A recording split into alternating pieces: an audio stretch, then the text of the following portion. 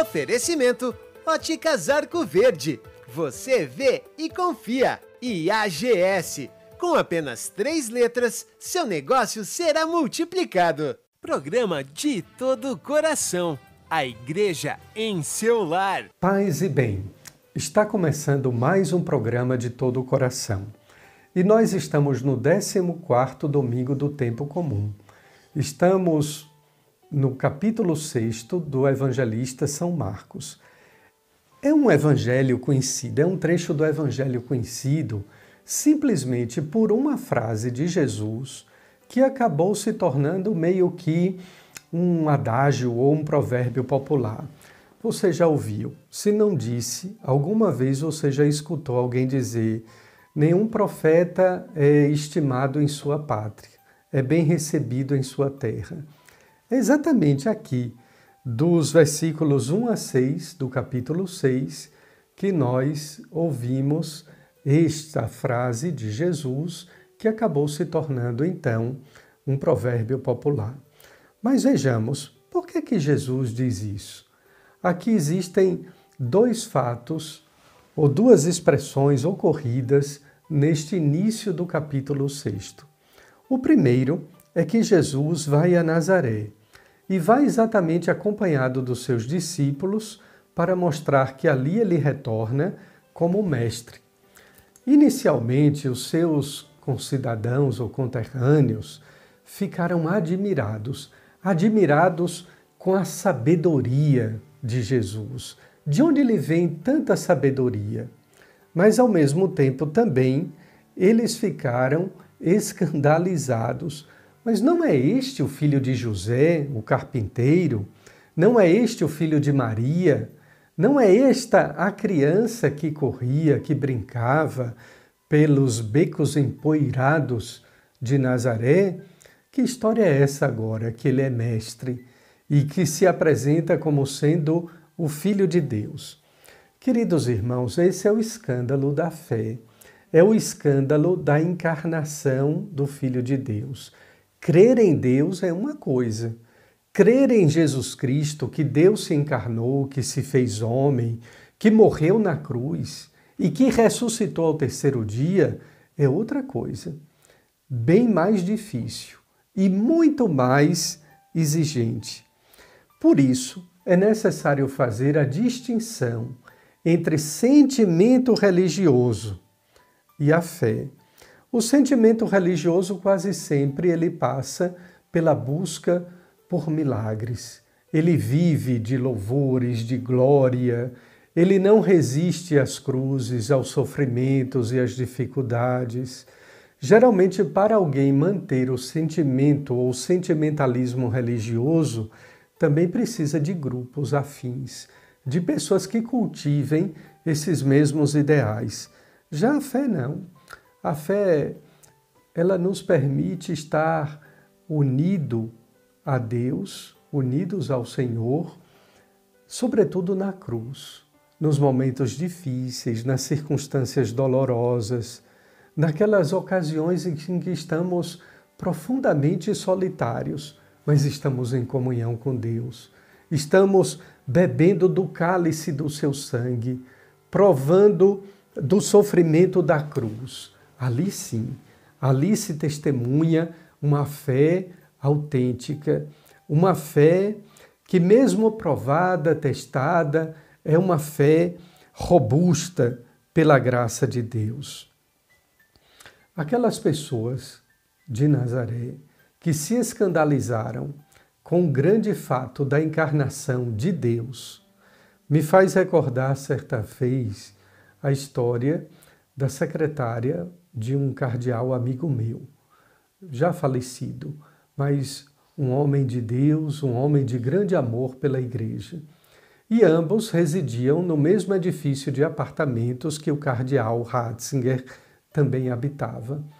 E quando depois da eleição do cardeal Joseph Ratzinger como Papa Bento XVI, esta dita secretária deste amigo cardeal me disse: mas Frei, olha, para mim é tão interessante, é incrível, porque aquele homem que nós nos víamos todos os dias subindo ou descendo as escadas do nosso prédio, hoje é o Papa.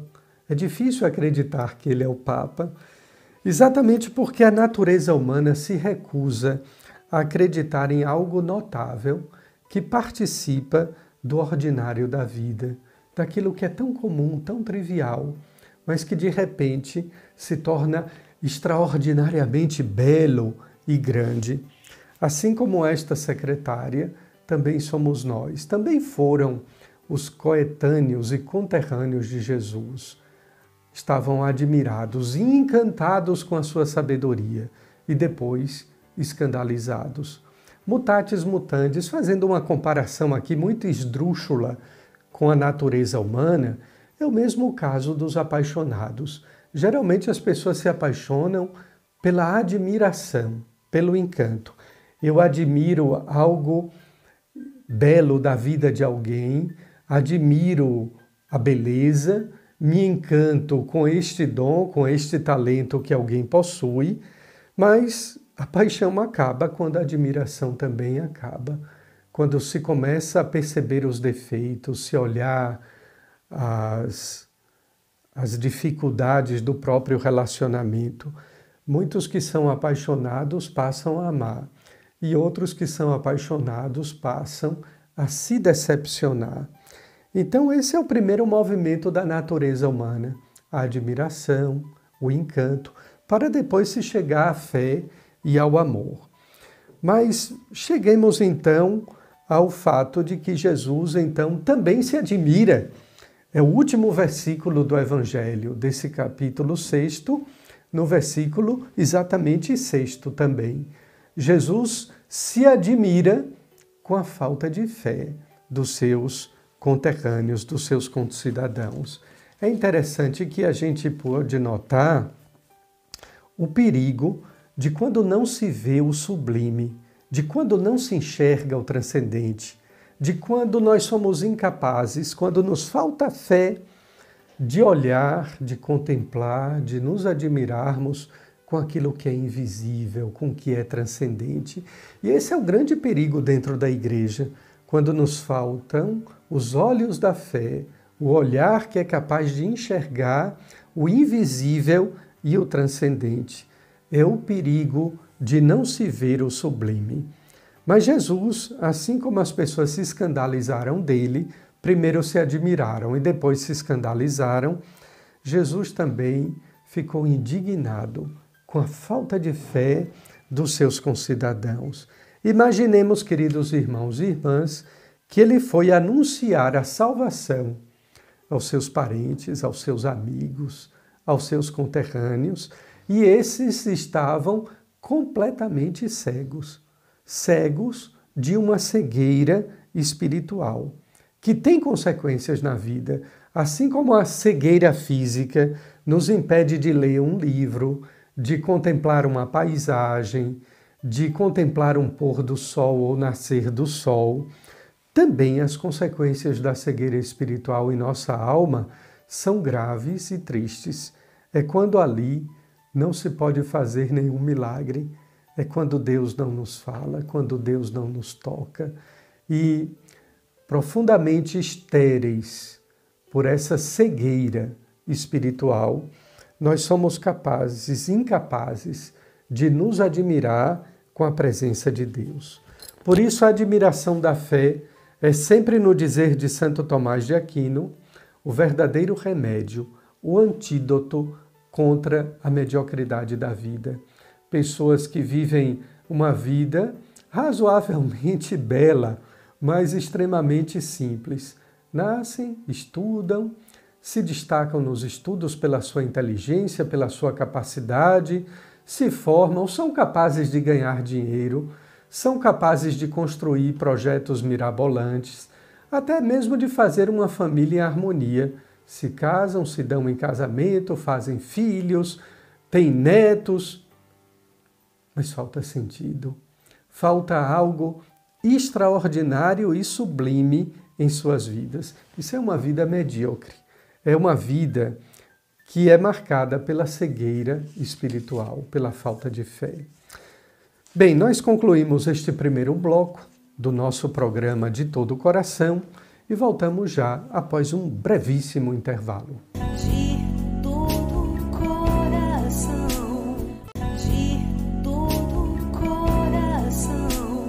Voltamos com o programa De Todo o Coração. Está chegando aí o Padre Aloísio Ricardo, naquele momento especial e espiritual da direção espiritual. Como é bom estar junto com você no programa De Todo o Coração. Como é bom podermos rezar e trilhar um caminho espiritual que nos é proporcionado pelo nosso bispo, Dom José Rui, nos é ajudado a viver a liturgia com o Padre Adriano e somos informados sobre tantas realidades da Igreja com o Padre Adjaclésio. Mas somos unidos, juntos, vivemos esse caminho para o céu com você na vida espiritual. Eu quero convidar hoje a meditar e rezar também o Salmo 23, em algumas Bíblias 22. Salmo esse tão bem conhecido, mas que precisamos aprofundar um pouco mais para bem rezá-lo. O Salmo vai tratar do pastoreio. O Senhor é o meu pastor, nada me falta. Ele me faz descansar em verdes prados, a águas tranquilas me conduz. Restaura minhas forças, guia-me pelo caminho certo, por amor do seu nome. Se eu tiver de andar pelo vale escuro, não temerei mal nenhum, pois comigo estás. O teu bastão e teu cajado me dão segurança. Diante de mim, preparas uma mesa aos olhos dos meus inimigos. Unges com óleo minha cabeça, meu cálice transborda. Felicidade e graça vão me acompanhar todos os dias da minha vida e vou morar na casa do Senhor por muitíssimos anos. Que lindo salmo! Nos ajuda a rezar e saber a quem nós pertencemos. O que tem faltado à sua vida? Talvez lhe falte a decisão de escolher ser conduzido pelo bom pastor, nosso Senhor Jesus Cristo. A decisão de deixar que Ele lhe conduza, porque em alguns momentos da vida podemos querer ter a nossa vida nas nossas próprias mãos. Queremos destinar o que fazer com a vida e escutamos às vezes até pessoas dizerem, ou nós próprios dizemos, a vida é minha e faço dela o que eu quero. Erradamente, quem escolhe ser dono da própria vida, não entendendo que ela é um dom, pode escolher trilhar o caminho, o vale, a sombra da morte, a distância de Deus. Mas o salmista nos convida a estar sempre perto desse bom pastor, a nos deixar guiar por ele. A ovelha, ela conhece a voz do pastor. O pastor é aquele que vai à frente para defender as suas ovelhas, o seu rebanho do inimigo. Jesus se põe à frente para nos defender do inimigo, do mal, e por isso ele nos propõe estarmos nele.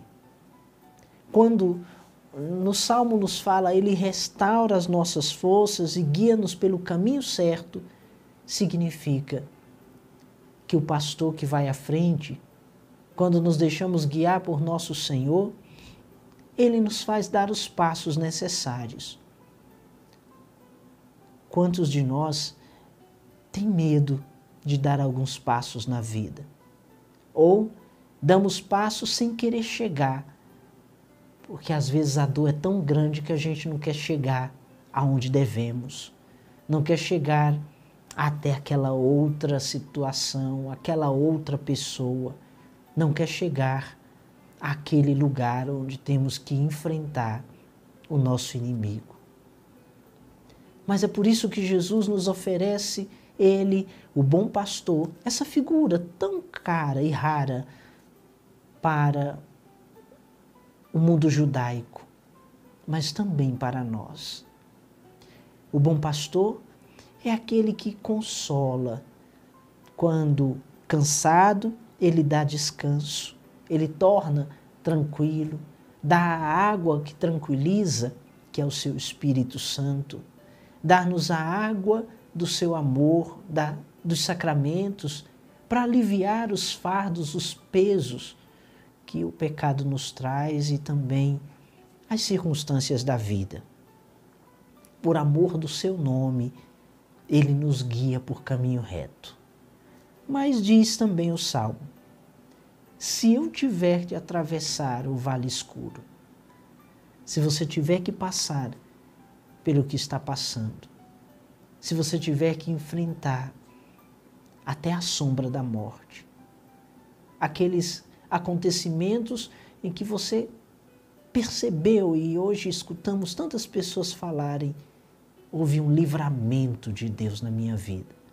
Aquele momento em que parecia que era a sua morte, parecia estar decretado com aquela enfermidade, com aquela notícia que você recebeu inesperadamente. Não temerei, porque o Senhor está comigo. Quem caminha com Deus não vai temer o que tem que passar, porque quem caminha com Deus sabe, na hora certa, Ele lhe sustenta.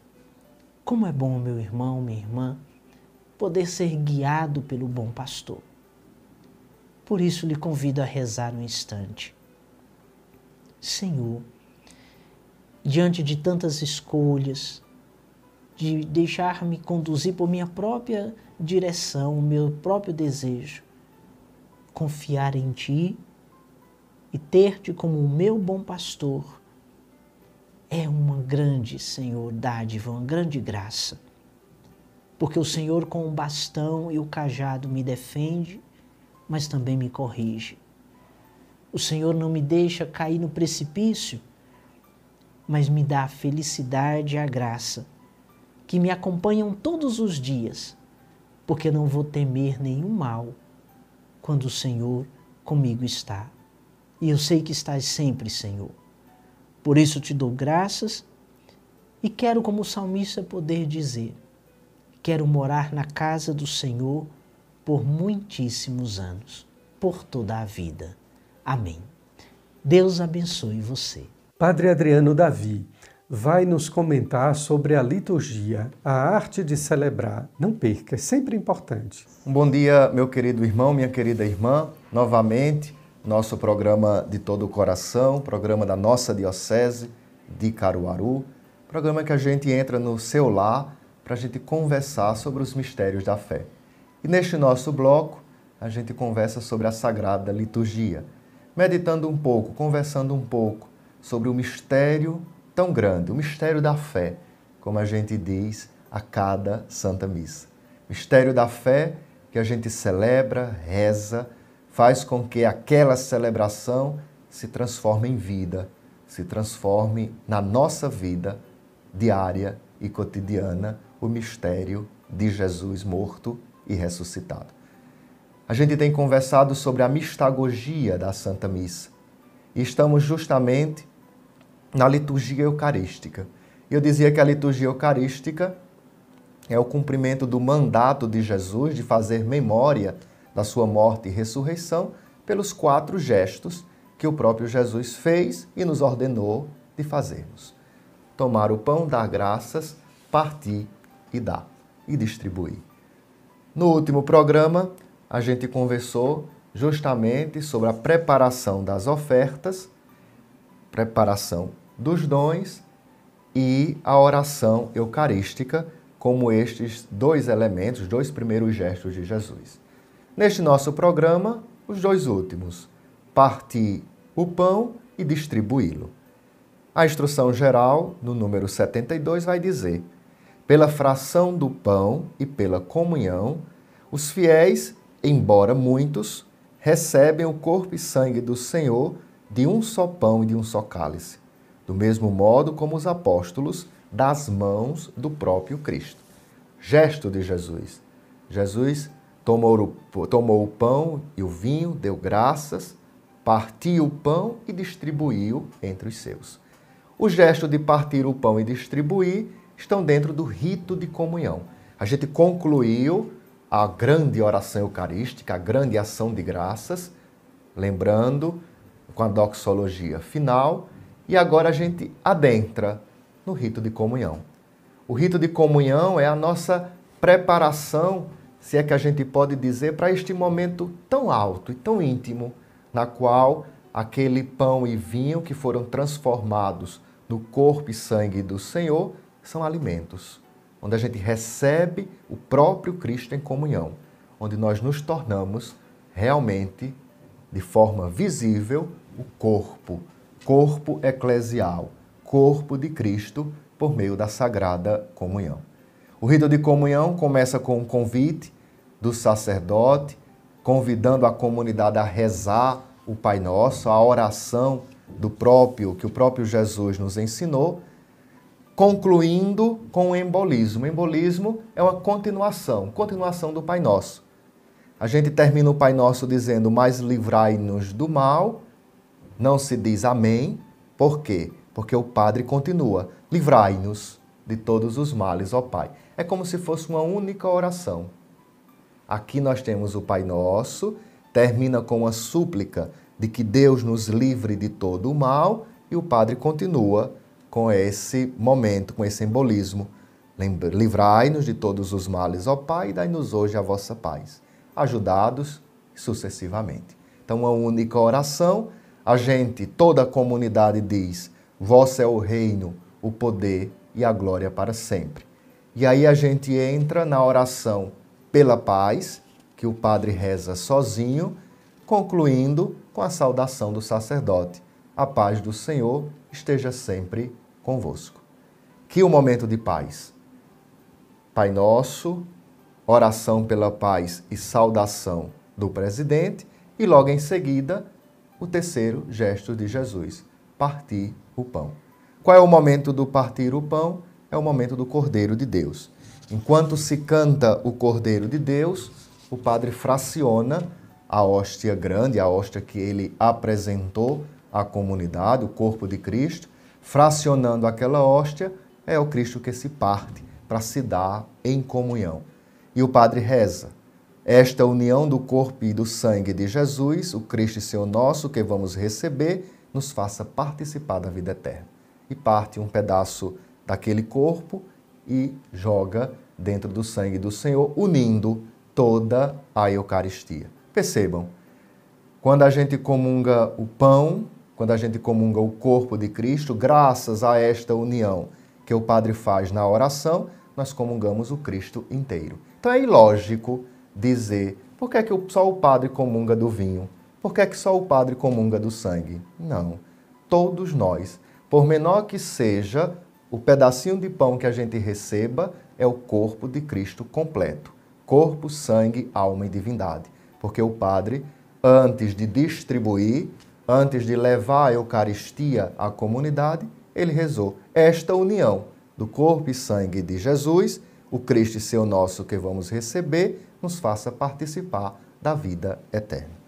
Comunhão esta que logo em seguida a gente se levanta, a gente toma lugar na fila de comunhão para justamente receber o corpo de Cristo, receber esse mesmo Jesus que se deu em sacrifício, esse mesmo Jesus que se entregou por todos nós. Tomar o pão, dar graças, partir com o Cordeiro de Deus e distribuir com a comunhão. Referente ao canto, o Cordeiro de Deus ele é cantado enquanto durar a fração do pão. É como uma ladainha. Cordeiro de Deus, que tirais o pecado do mundo, e a comunidade responde. Cordeiro de Deus, que tirais o pecado do mundo, tende e a comunidade responde. E assim vai até terminar a fração do pão ali no altar, concluindo com dai-nos a paz. Canto de comunhão, existe no missal uma antífona antífona própria para cada canto de comunhão. Esta antífona, ela nada mais é do que um reflexo, do que uma memória da liturgia da palavra do Evangelho. Veja que interessante. São duas mesas, a mesa da palavra e a mesa da Eucaristia. Aquilo que nós escutamos no Evangelho, a palavra se fez carne no altar, se transformou em carne no corpo de Cristo. E ao receber, é a palavra proclamada, é o Cristo que foi proclamado, que se faz alimento a todos nós. E recebendo Jesus, a gente canta, retoma novamente o Evangelho como canto de comunhão.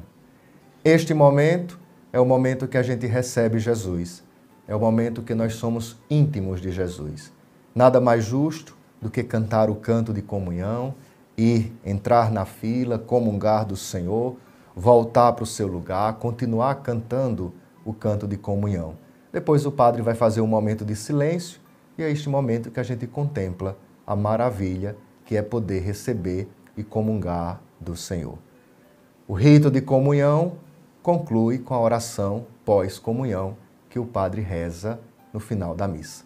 A celebração da Santa Missa conclui-se com os ritos finais, ritos conclusivos da celebração, que compõem dos avisos, a maioria das vezes nós temos avisos, comunicados a dar, e a bênção final e despedida do povo. Lembre-se sempre que a despedida não é um ide para casa e vá descansar, mas a despedida é justamente ide e anunciar aquilo que você rezou, aquilo que você celebrou. É um envio missionário. Ide em paz e o Senhor vos acompanhe. Ide para a missão. Ide anunciar em todos os lugares aquilo que você rezou, aquilo que você celebrou, o que a Eucaristia fez e transformou na tua vida nesta celebração. Um bom sábado, um bom domingo, uma boa celebração da Eucaristia. Que conhecendo, a gente possa participar melhor da ação sagrada da Santa Missa. Deus te abençoe. Terminamos assim o nosso programa de todo o coração. E eu gostaria mais uma vez de chamar-lhes a atenção a respeito da nossa admiração a Deus. Uma admiração que não deve ser superficial na casca, mas deve ser a admiração da fé. Não devemos nos escandalizar da igreja, das coisas humanas, pois a nossa admiração pela graça, pela presença misteriosa de Deus é maior do que as dificuldades e defeitos humanos. Passemos da admiração para a fé, mas não deixemos que Jesus, que nosso Senhor, se escandalize da nossa falta de fé. É claro que existem momentos difíceis, momentos em que nós tropeçamos e caímos, mas eles não devem predominar em nossa vida, pelo contrário. E é dessa maneira, pois, que eu quero pedir a Deus a graça de ter sempre a fé, o dom da fé em mim, em você, em nossa igreja, para que nunca nos falte a fé, para que jamais nosso Senhor fique triste e indignado com a nossa falta de fé. Mas, pelo contrário, assim como Pedro, como Natanael, como aquele centurião romano, como o oficial romano, todos nós tenhamos não só o elogio, mas a admiração de Jesus. Nunca encontrei em Israel, nunca vi uma pessoa com uma fé tão grande e tão bonita. Um abençoado final de semana para você, para a sua família, com as bênçãos de saúde, paz e muitas alegrias. De todo coração. Oferecimento Óticas Arco Verde. Você vê e confia. E AGS. Com apenas 3 letras, seu negócio será multiplicado. Programa de todo coração. A igreja em seu lar.